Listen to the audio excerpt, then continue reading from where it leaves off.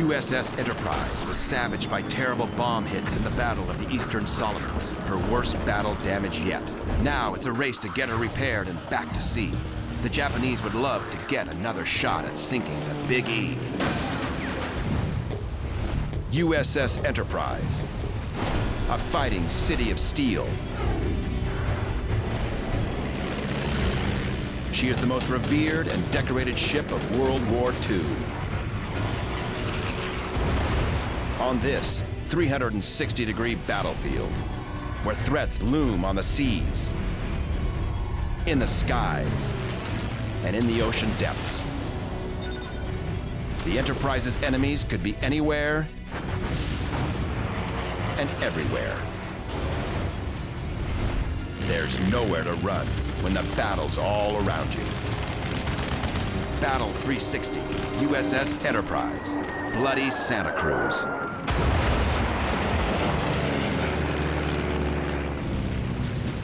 October 26, 1942. 2 months after a severe baptism of fire near Guadalcanal, USS Enterprise is once again at sea, heading for a showdown with the Japanese fleet. 8:30 a.m. Enterprise dive bomber pilots Charles Irvine and Stockton Strong are on the hunt for the Japanese fleet. Their mission, find an enemy carrier force in the waters off the Santa Cruz Islands and report its location back to Enterprise. It's the same strategy still being used by today's carrier fleets.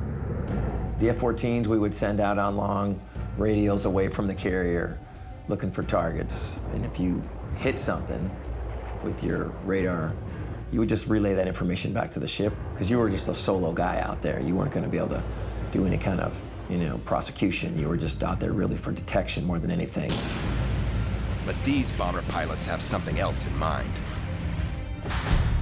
13,000 feet below, the giant flight decks of 4 Japanese flat tops appear out of the morning haze. They are Shikaku, Zuikaku, Junyo, and Zuiho. They're literally within striking distance of the Big E. Enterprise is outnumbered. The pilots are right over the Zuiho, an ideal spot to hit her with 500-pound bombs, a perfect target of opportunity, and there isn't a single enemy Zero in sight. If the lone airman can hit her badly enough, it could help even the odds. It's a risky move for only 2 warplanes. Even without air cover, the Zuiho is a well-armed enemy. It wouldn't take much to knock Strong and Irvine out of the sky. But their commander has told them, attack, repeat, attack. The gutsy pilots brave a sky torn with flak and pounce on the carrier Zuiho. At 1,500 feet, they let loose with their 500-pound explosives. The bombs nail Zuiho's flight deck.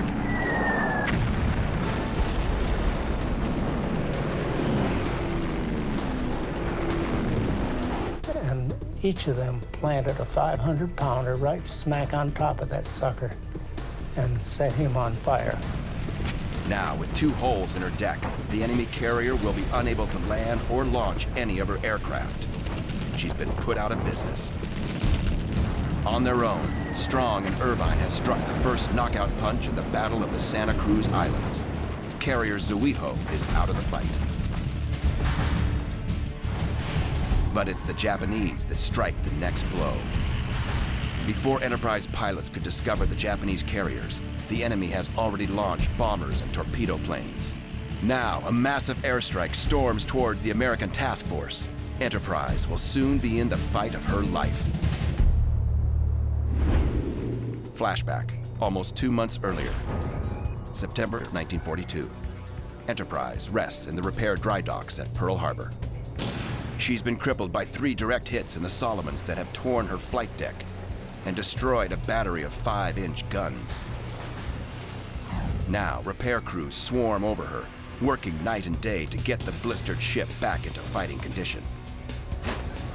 The hangar deck was all ripped up back in the stern, and big steel 2.5 inches thick, just folded back like a piece of paper. Right now, the U.S. can't afford to lose a single carrier, not even for a few weeks. Damaged Enterprise and sister USS Hornet are now the only battle-ready carriers that the Pacific Fleet has left. 2 U.S. carriers against 7 Japanese flat tops. In the months after Pearl Harbor, America is still struggling in the wake of the Great Depression. There simply aren't enough guns, enough ships, or enough airplanes. If you look at the American material situation in the depths of the Guadalcanal campaign, we were really scraping the bottom of the barrel. We were fighting these battles without any of the material superiority that we would enjoy in 1944, 1945. While Enterprise undergoes repairs, the long campaign for Guadalcanal continues. Marines have struggled for weeks to hold on to Guadalcanal's Henderson Field, the most valuable airstrip in the South Pacific. It can provide a vital airbase for whichever force controls it.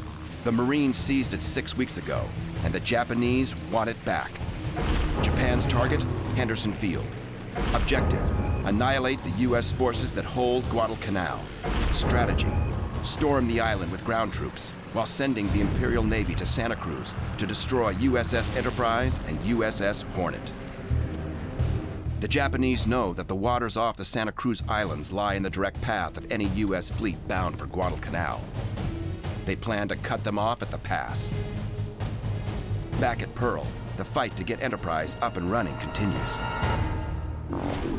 During her hasty refit, Enterprise receives an important modification: new guns. She is stripped of all but one of her outdated Quad 1.1 anti-aircraft mounts. Sailors jokingly call these weapons Chicago pianos, a nickname typically used for the Tommy gun that ruled the streets of Chicago in the 1920s. Only one set of the slow-firing cannons will remain on the front of the ship, but the exposed position is right out in the open, a dangerous death trap for its gunners. Unlike the battleships, there are no turret shields to protect Enterprise's gun crews.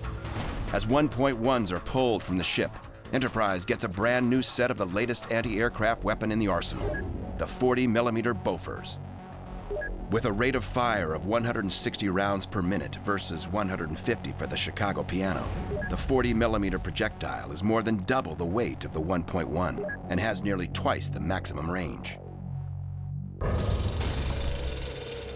40mm Bofors weapon is, by far, the most effective anti-aircraft weapon introduced on U.S. Navy aircraft carriers to that date. It's a weapon that could accelerate those projectiles up to about 2,800 feet per second. They had about a 4.5-mile range.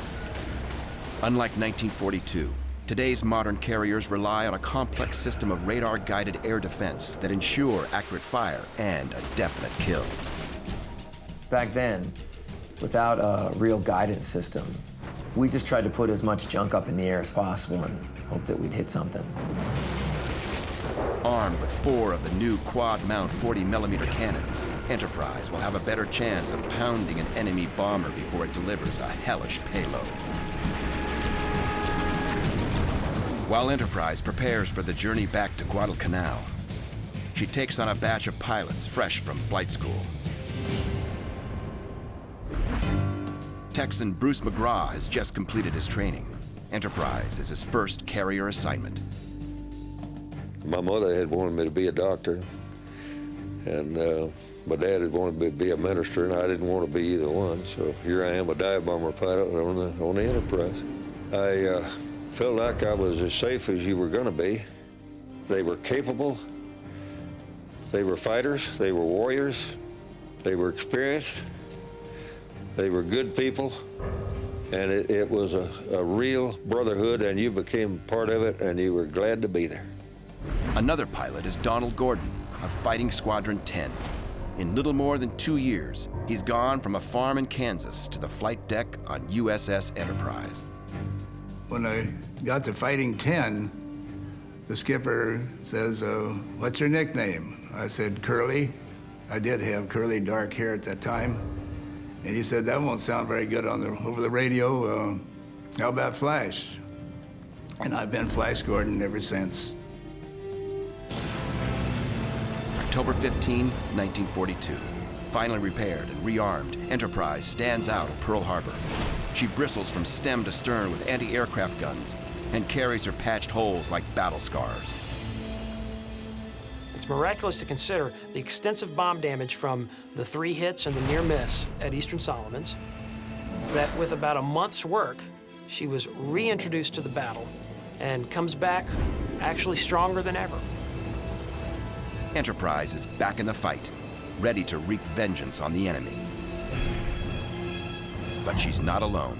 As always, CV-6 will be joined by a fleet of escorts, battleships, cruisers, and destroyers. Joining the fight alongside Enterprise for the first time is Norm Vincent of Gardner, Massachusetts, aboard USS Smith. I had just turned 18 when we engaged in the Battle of Santa Cruz. I was about 56 days into my 18th year. I felt that we couldn't get to the West Coast fast enough and the war would be over, but it was a little different story. Unlike the eager recruits, veterans on the battle-wise Enterprise already know what to expect after the horrors of the Eastern Solomons. For men that have had to bury the mangled bodies of friends and shipmates, the haunting images of battle are hard to forget. For the Marines and sailors aboard the USS Enterprise, if they get hit, they want it to be quick, because they do not want to lay there in agony and pain. Everybody was scared, and it's not a very pleasant thing to having bombs dropped on you. And of course, I'm sure the Japanese didn't like it either. Everyone knows a battle is just beyond the horizon, but each man is ready to face whatever the Japanese can throw at them. I thought, let's get it over with. There was no fear about it. If we're going to be fighting Japs, a good Jap is a dead Jap. 3,300 miles from Pearl Harbor, Enterprise rendezvous with sister carrier USS Hornet. The mighty carriers form one massive new task force, TF-61, under the command of Admiral Thomas Kincaid. Kincaid is a hard-fighting New England native, veteran of World War I and an expert in gunnery.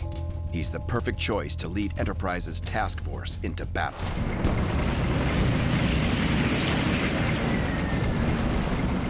Together, the two ships have seen a lot of action.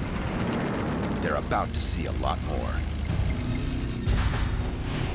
The combined force of the two carriers, 136 aircraft, a battleship, 6 cruisers, and 14 destroyers rallies in preparation for the coming battle. Target, the Santa Cruz Islands. Objective, keep Henderson Field on Guadalcanal in American hands. Strategy, lure the Japanese fleet away from Guadalcanal and destroy them. But Enterprise and Hornet are outnumbered and outgunned. The Japanese bring 4 aircraft carriers into the battle, 2 battleships, and then all the supporting ships. And so, in yet another naval battle, American forces are at the disadvantage in terms of numerical superiority. The Japanese have it, and we don't. The Japanese flat tops can deliver the punch of more than 150 warplanes, with the backup firepower of nearly 40 surface vessels. But if the Marines are going to hold Guadalcanal, they'll need naval support. They'll need USS Enterprise. The fate of the campaign now rests on Enterprise and an outnumbered American task force. We don't pick our battles based on odds. Sometimes the battles pick you. We certainly don't run from a battle based on being outnumbered. You adapt your tactics to the scenarios at hand. But we don't run from a fight, and we didn't then. As Hornet and Enterprise steam for Santa Cruz, enemy forces attack U.S. positions around Henderson Field. However, the Army was not able to deliver the goods against the Marines. They were not able to crack the defensive perimeter and actually put that airfield out of business. But because of bad communication, the commanders of the Imperial fleet incorrectly believe that their army has taken Henderson, so they head south to meet the Americans at Santa Cruz. October 26, 1942, 5:50 a.m., Enterprise goes to general quarters. She launches 16 Dauntless SBDs to patrol the sea and seek out the enemy. Each plane carries a 500-pound bomb under her belly.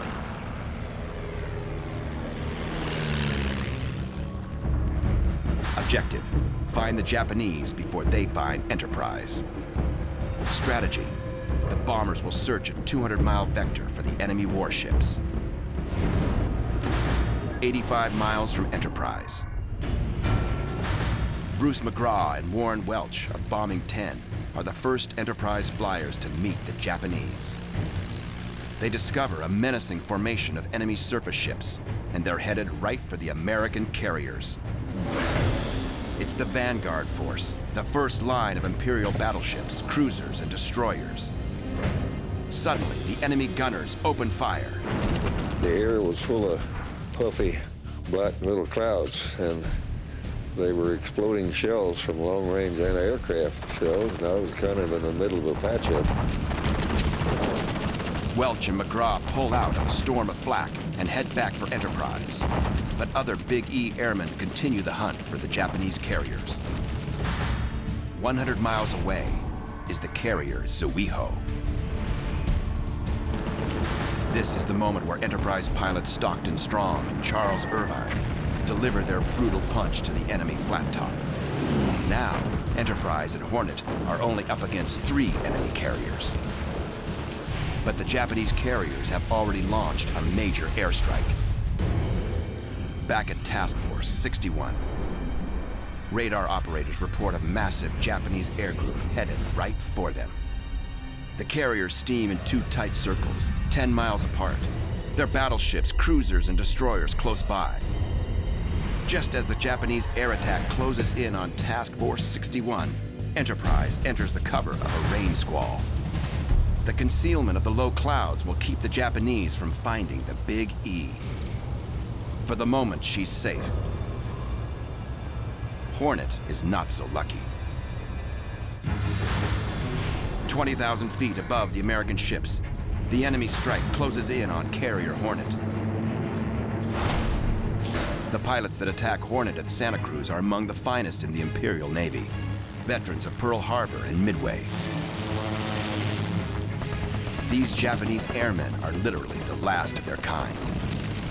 The air attack that's delivered against Hornet is one of the finer examples of a combined air attack. In fact, it would be the last of the sort of prototypical combined attacks that the Japanese were able to do during the entire war. The skies above USS Hornet are clouded with a storm of Japanese aircraft. From his battle station on the starboard 5-inch battery, Earl Miller has a front row seat to the enemy assault. I saw some silver aircraft going over, and ours weren't silver, ours were blue. All the ships in the group all opened fire. Things really happened from that moment on. 21 Val dive bombers and 27 Kate torpedo planes plummet out of the skies and pour down on Hornet. American ships open up on the armada of Japanese aircraft and blanket the sky with bursts of 5 and 1.1-inch shells. 3,000 yards behind Hornet, cruiser Northampton and her crew of tested veterans plow through the wake directly behind the carrier. We could see the dive bombers coming in probably up 15, 20,000 feet. And as you could start picking them out, because when they got down to around 15,000 feet, they were within range of the 5-inch 38 batteries. As the battle rages all around, Northampton waits to open fire. Her short-range, 5-inch 25 caliber anti-aircraft guns just don't have the reach to hammer the enemy planes. Tense moments pass as her gunners await their orders. There's this agonizing wait. It's like the don't shoot till you see the whites of their eyes. Finally, the enemy planes drop down within range. Northampton opens up with everything she's got. So we started firing as soon as they got in range, and then you can see shell bursts actually begin to take effect, and occasionally you'll see a plane get hit. come down in a streak of fire. 5,000 feet above Hornet, the Vals begin their deadly assault. I looked straight up and I saw there was a dive bomber coming straight down. And as I watched him, I saw a bomb detach from the bottom of the plane. I said, oh, I hope this one's not for us. At the last possible second, it misses the ship and explodes in the water. But not all of the Japanese Vals have such bad aim.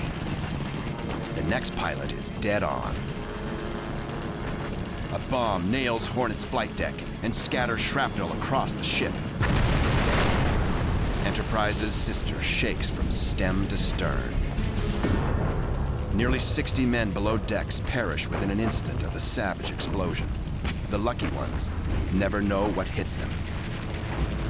Now, torpedo pilots attack Hornet from the rear, drawing them into a gauntlet of fire. But it doesn't stop them. They're hell-bent on hitting the racing carrier. At that same moment, another dive bomber lines up for an attack. As it closes in on Hornet, it's met with a ferocious volley of fire. But it keeps on coming.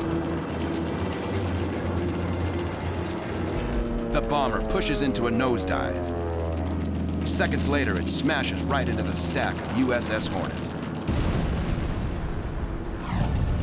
The plane bounces off the ship's island and crashes into the flight deck in a ball of mangled, twisted steel.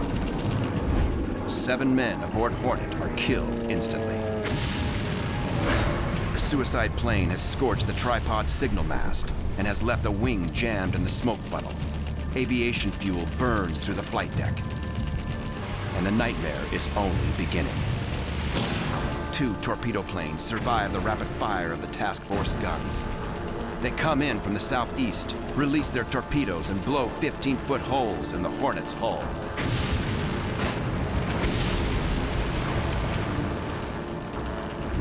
Hornet loses all power and comes to a halt. She's a sitting duck, the perfect target for the next Japanese torpedo or dive bomber. She doesn't have to wait long for the next brutal blow. Another burning Val closes in on the listing carrier. Her crew watches as the smoking bomber passes eerily around the bow and comes screaming in from the port side.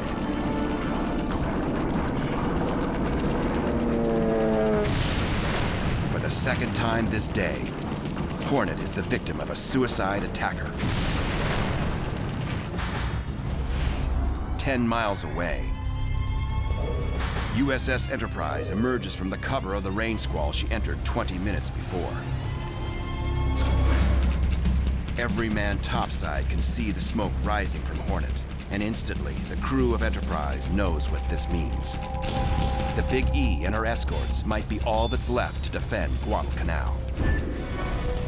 And with every other U.S. carrier dead or damaged, Enterprise may become the only battle-ready carrier left in the Pacific. Now, Hornet's pilots have no choice but to land on Enterprise. By 10:30 a.m., her flight deck is jammed with aircraft from both ships. There was about 150 airplanes involved there. Counting the ones that we lost, we still couldn't take them all aboard. So we filled up pretty quick, and then anything that was really damaged went over the side. That was a lot. If Admiral Kincaid is going to continue the fight against the Japanese fleet, the planes landing aboard Enterprise will have to get rearmed and refueled. And with the deck loaded with aviation fuel and bombs, Enterprise is now an explosive target. She'll have to launch the air groups fast or risk getting blown to pieces. But in a few minutes, an overcrowded flight deck will be the last of the crew's concerns. Another Japanese air assault is on its way. Imperial warplanes have managed to knock out one American carrier. Now it's time to unleash hell upon the Enterprise. 18,000 feet below, radar operators on Enterprise report a flight of incoming Japanese dive bombers. Her captain directs the ship into a left turn, an erratic course to deflect the enemy planes. For many of the Big E's pilots, it's too late to launch. They're trapped aboard the Enterprise. Anti-aircraft batteries open fire as 25 dive bombers plunge out of the sky and head right for USS Enterprise. The anti-aircraft guns of the fleet just laid a terrific barrage of anti-aircraft fire up and knocked so many of them down.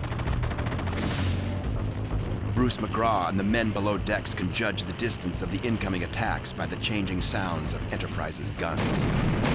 As the Japanese get closer, a different weapon opens fire. When our 5-inch anti-aircraft guns went off, which is the big boom, well, we knew they were in range of the long-range guns.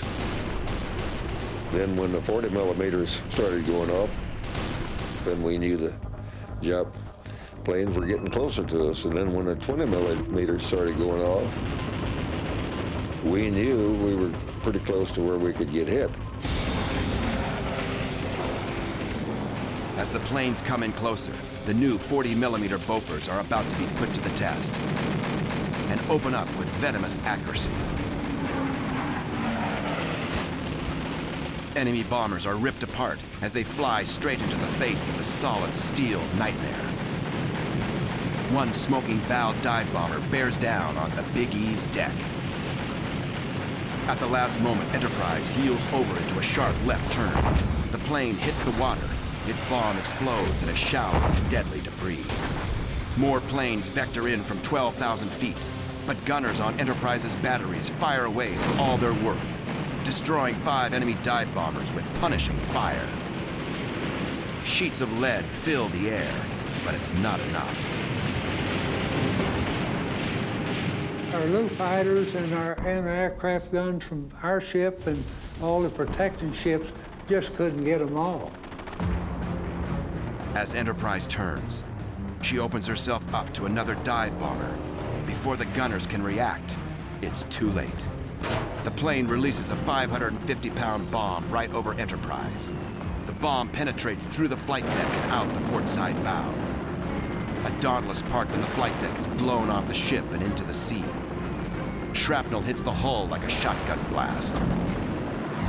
2,500 feet above, another Val dive bomber closes in and draws a bead on the Big E.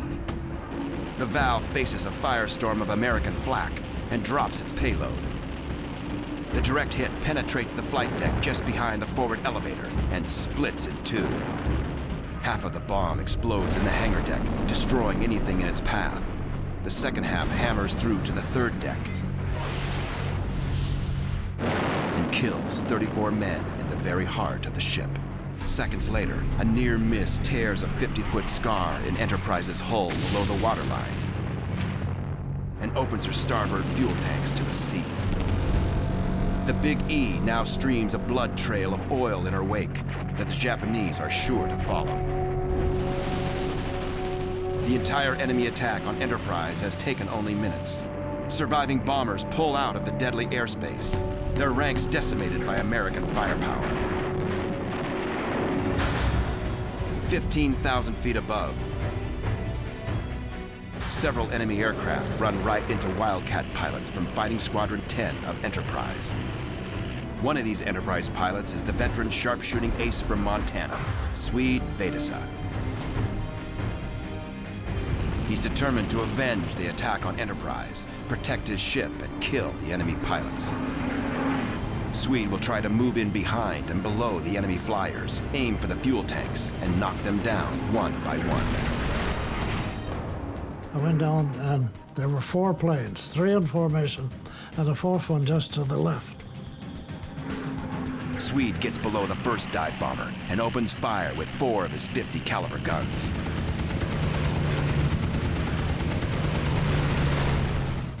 Immediate fire. Guy peeled off, blows. I moved up under the other 3. Same thing, I'm underneath them.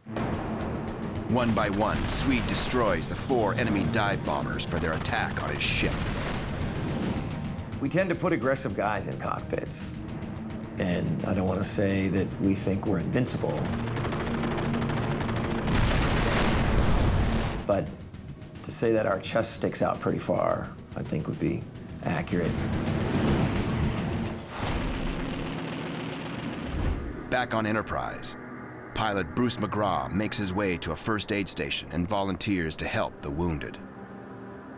I went in and immediately went to one of the doctors that I knew, and I said, is there anything I can do to help? He said, well, go sit by that sailor right there and talk to him and ask him if there's anything you could do for him. The man was a bad burn victim, I could tell that, and he kept asking for morphine. And so I got up, went over and told the doctor, I said, he wants morphine. And he says, well, he's had all that we can give him, but he has less than 10 minutes to live, so just do what you can. So I went back, and he gradually leaned over against me, and he was gone. While the Big E's wounded fight to survive, the savage air and sea battle rages on all sides. Now that the dive bombers have had their shot at Enterprise, it's time for the dreaded torpedo planes. 16 Kate torpedo planes head right for Enterprise. Within minutes, they will have the Big E dead in their sights. And whichever way we turned, they were going to get us, so they thought.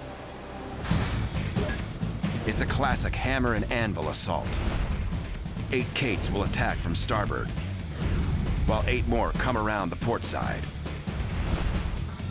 If everything goes to plan, Enterprise will have nowhere to run. But any Japanese air group making an assault on an American carrier can expect a squadron of determined fighter planes. One thing the enemy torpedo pilots attacking the Big E don't expect is Lieutenant Stanley Swede Vedasa of Fighting Squadron 10. Here come a torpedo plane, and right in front of me. Swede moves underneath the first Kate torpedo plane and opens fire. The enemy plane is hit with hot lead and burns, but keeps on going. Swede has precious few bursts of .50 caliber ammo left as he chases the Kate right into the flak of Enterprise. At any moment, he could be blasted out of the sky by his own comrades. I thought if he goes any farther, I'll have to give him my last burst of ammo. Well, he got down right over the water, he dug in a wing and cartwheeled. Now that the enemy plane is down, Swede must climb out fast or risk the friendly fire from the carrier he's trying to save. As Swede climbs above the deadly flak bursts, he spots yet another torpedo plane, and it's headed right for USS Enterprise. I knew I had a few rounds left, and I did. And I fired those last few rounds, and immediately he caught on fire. But he kept going, and he kept going. Peppered by Swede's .50 caliber rounds, the Kate shows no signs of giving up. But I'm right behind him, and this is the time I seriously considered cutting his tail off with my prop. And I thought, I don't know if this is a good idea or not. Suddenly, the torpedo plane does something that nobody can predict. It makes a nosedive right in front of Swede. It's headed right for the American ships. Directly below the firefight in the skies is destroyer escort USS Smith. USS Smith has been on station all morning, screening Enterprise. Its mission, protect the massive carrier at all costs. Commissioned in 1936, USS Smith is a Mahan-class destroyer. Her overall length, 341 feet. Top speed, 37 knots. She has a crew of about 158 officers and men. She's armed with a battery of 5 5-inch guns, .50 caliber machine guns, torpedo tubes, and depth charges. Like most of the older destroyers in the fleet, Smith is affectionately called a tin can. But now, the Japanese suicide plane has the tin can destroyer locked dead in its sights. And I watched him, I pulled off to the right, and I watched him, and he went into a vertical dive, and he hit that destroyer, which was the Smith. When the plane hit the front of our destroyer, and the destroyer dipped like it would hit a big wave.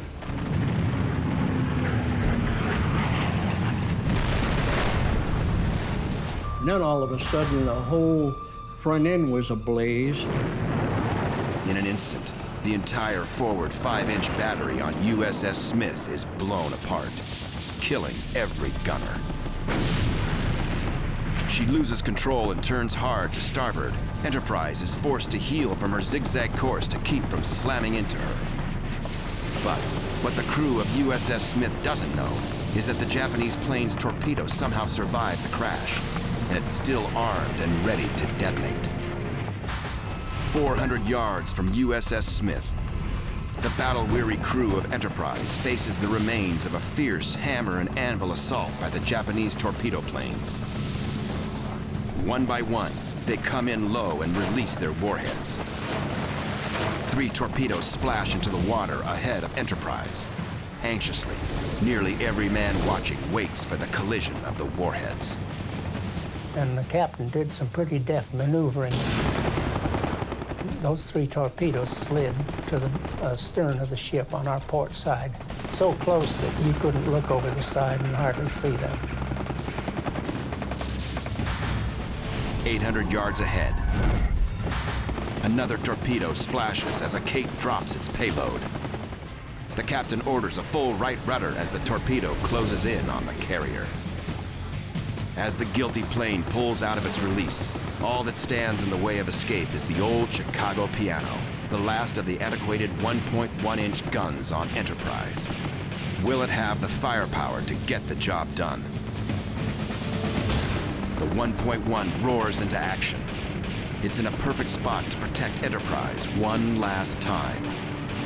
It savages the enemy plane with a lethal dose of lead. For these sons of the Empire, the blazing Chicago piano is the last sight they'll ever see. The captain watches as the torpedo swims right past his ship, barely 100 feet away. It's another close call. We evaded them all. That ship of ours could turn sharply. She'd lean way over, and boy, you thought it was going over, but she could evade. In all, Enterprise dodges 9 torpedoes in this single day of fighting. Back on USS Smith, the tin can sailors are in the midst of chaos. They have no idea that the blaze on the ship's bow is about to ignite a Japanese torpedo. October 26, 1942. USS Enterprise and her task force are in the fight of their lives near the Santa Cruz Islands. Just off the Enterprise's port side, destroyer escort USS Smith has just been hit by an enemy suicide plane and is engulfed by fire. But her sailors have no idea that a live torpedo is about to detonate.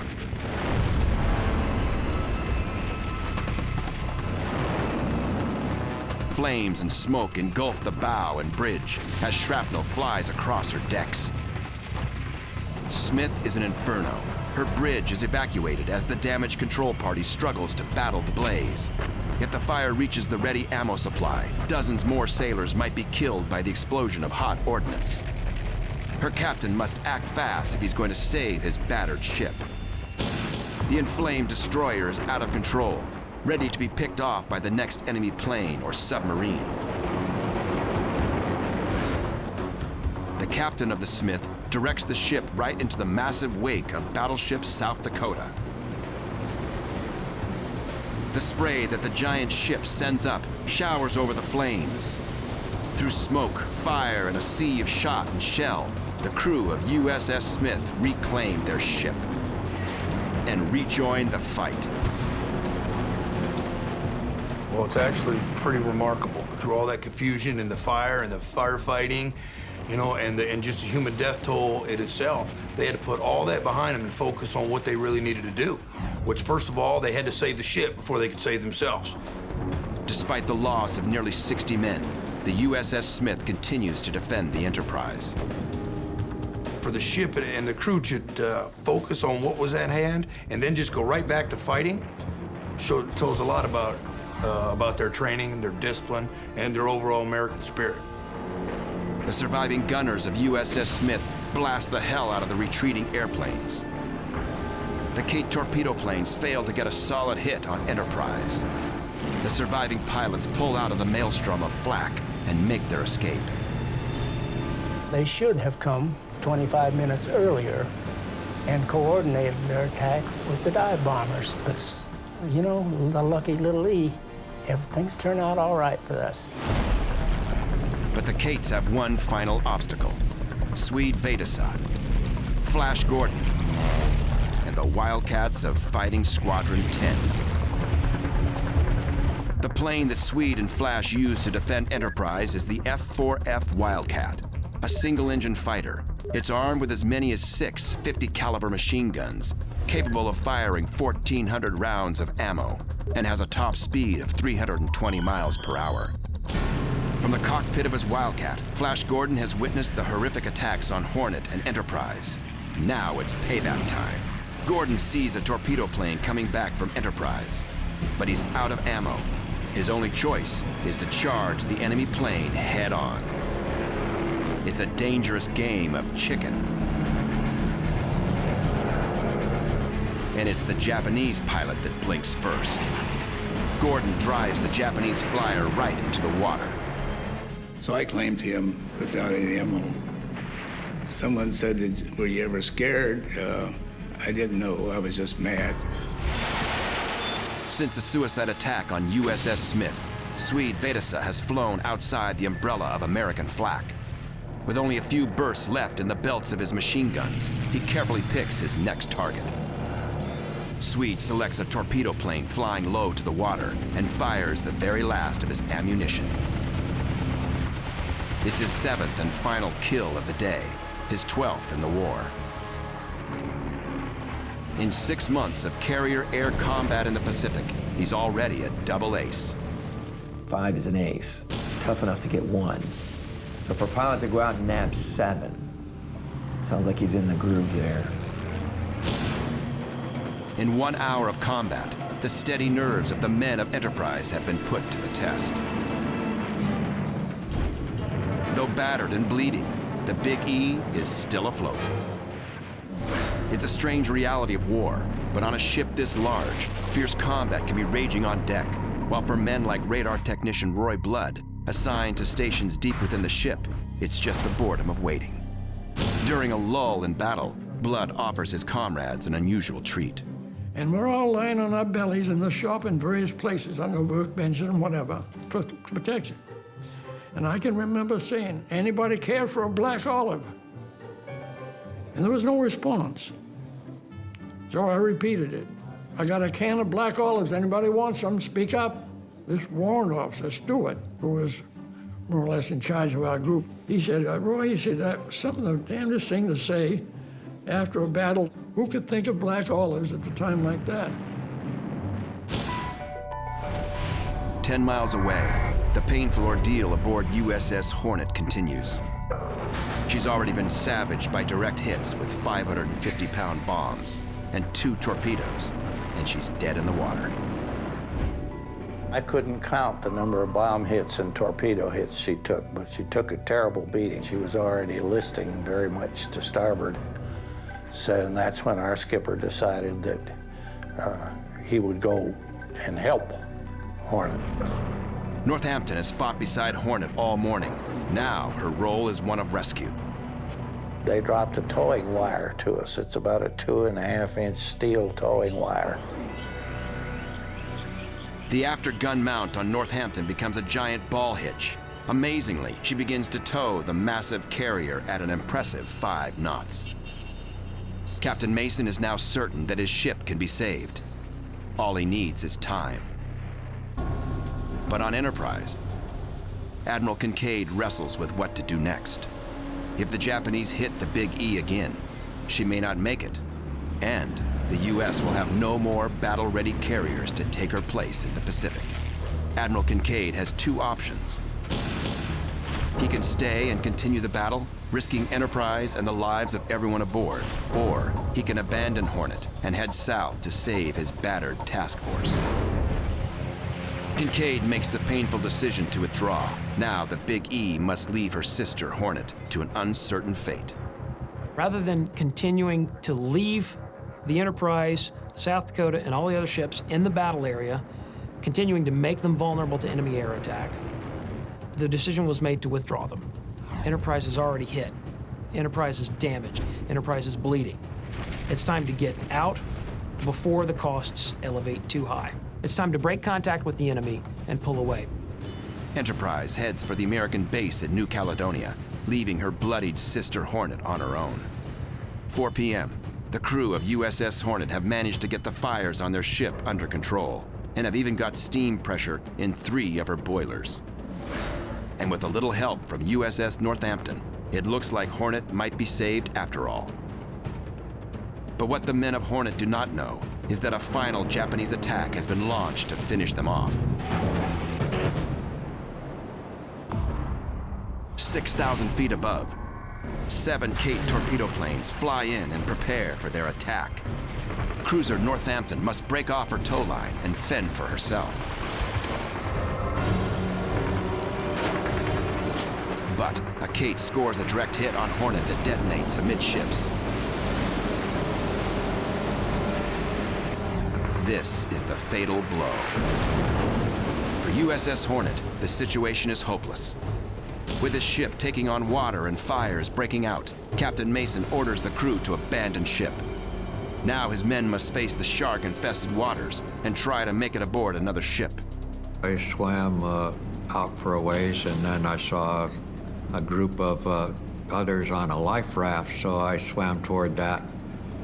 And then a destroyer came along and picked us up out of these life raft, and I was about probably the last one to get out of the life raft. As soon as I got up on that net climbing up the side there, the captain ordered full speed ahead, and that destroyer started to get out of there. As Captain Mason slips over the side of his ship, he leaves behind the bodies of more than 100 officers, sailors, and Marines. Many of the wounded survivors make it aboard one of the destroyer escorts, or cruiser Northampton. These guys were covered with fuel oil, a lot of them, and we didn't have very much left in the way of small stores or clothing to issue to them. So Northampton crewmen opened their lockers, and we gave these guys clean skivvies and socks and dungarees and shoes and cigarettes and whatever they needed. Radioing from his headquarters in Noumea, Admiral Bull Halsey orders the Hornet sunk. But not even 3 torpedoes and nearly 400 shells are enough to kill her. Hornet simply refuses to die. Later that evening, Japanese ships discover the Hornet, the very same ship that launched the Doolittle raid on their homeland 6 months before. Finally, after a salvo of Japanese torpedoes, the Big E's sister slips beneath the waves. Losing her is a very serious blow. We're now down to 1 operational aircraft carrier in the Solomons, and describing the Enterprise as operational is really stretching it at this point. As night falls, pilots like Flash Gordon and Swede Vedasa finally make it aboard Enterprise. They encounter scenes of death and destruction aboard the aircraft carrier that none of them are prepared for. The ship is torn by shrapnel. Her decks are awash in blood and debris. The air is filled with the smells of saltwater, cordite, and human flesh. The bodies of nearly 44 men have been quickly stowed away to make room for the repair crews. I can remember tears coming down my cheeks. I was crying, and my resolve was that this is too terrible a thing to have go on any longer than necessary, and the quickest way to get it over would be to kill as many Japanese people as I possibly could in my role as a dive bomber pilot. Kill as many Japanese as I could as soon as I could. In total, more than 400 American officers, sailors, pilots, and Marines perish in the Battle of Santa Cruz Islands. The day afterward, there were, I think it was 6 Hornet sailors had died of their wounds in our sick bay.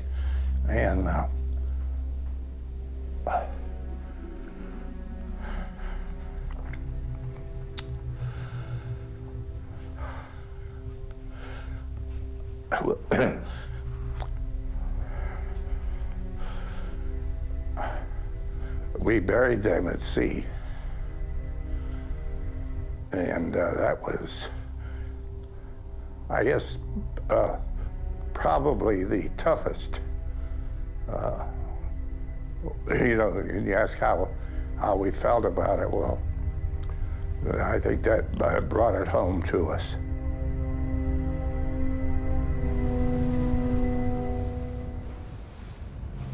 Throughout the morning of October 27th, 1942, Enterprise and nearly every ship under Kincaid's command must perform a very solemn duty, and it will mark one of the darkest days of the entire war.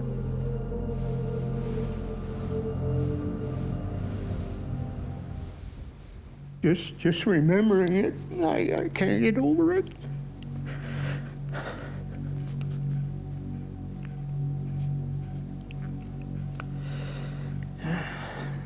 We all got on the fantail, and someone said a few prayers, and they let the bodies go.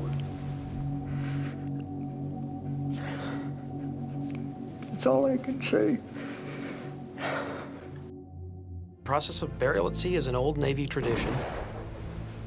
An amazing and tremendous symbolic importance to those in the sea services, because in the sea services, you're devoted to the ocean. You go to sea. You are a seaman. That's what you do. And to return to it after your death is an extreme symbol of your commitment to the sea services. Enterprise is now the last of her kind, the only surviving ship of her class, and the only carrier left in the Pacific. The entire naval campaign now rests on her shoulders and the crew that mans her. So what did that do? That left the Enterprise.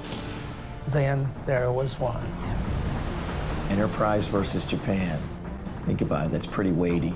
I think from a morale perspective alone, that was very, very significant. We're the last ones, and we're the only good target for the Japs. Who's going to get it next? Though the loss of Hornet and so many U.S. sailors is a staggering blow, the Japanese can't claim victory. The cream of their aviation wing, more than 130 veteran airmen, have fallen to the guns of USS Enterprise and Task Force 61. These are losses that Japan will never be able to recover. Once again, Enterprise has somehow survived yet another violent encounter with the Japanese Navy. Despite being outgunned and outnumbered, she and her crew have lived to fight another day. I think it's amazing to sense that the USS Enterprise survived all those battles. But then again, it just goes to show you about the discipline and the overall spirit of that crew. It had everything to do with the spirit of those fighting men that were actually on that ship. The Japanese attempt to reclaim Guadalcanal is a disaster, but in a matter of days, they will return. Guadalcanal is too great a prize to give up.